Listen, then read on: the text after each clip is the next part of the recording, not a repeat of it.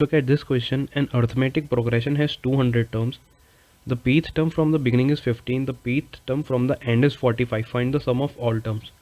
So let me explain the concept first. So if we take a series, say 1, 2, 3, 4, 5, the sum of the average of the series is going to be nothing but the middle term, that is 3. We can also get this average by adding the first and last term, that is 1 plus 5 equals to 6. So 6 by 2 is also 3.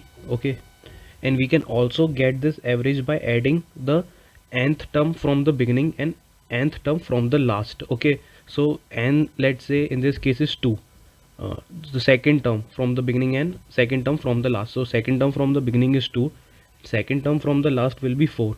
So the summation of this is also going to be 6, which we, if we divide by 2, we will get our average as 3 in both the cases. Okay, so now let there be 200, a series with, one second, a series with 200 terms. Okay,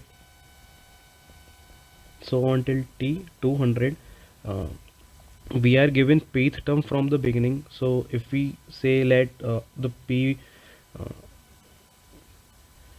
the average is going to be nothing but the pth term from the beginning plus the pth term from the last divided by 2. So it will be 15 plus 45 divided by 2.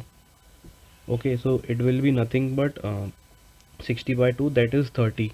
So the sum of the series will be nothing but 200 into 30, which is going to be 6000, and therefore option B is our answer.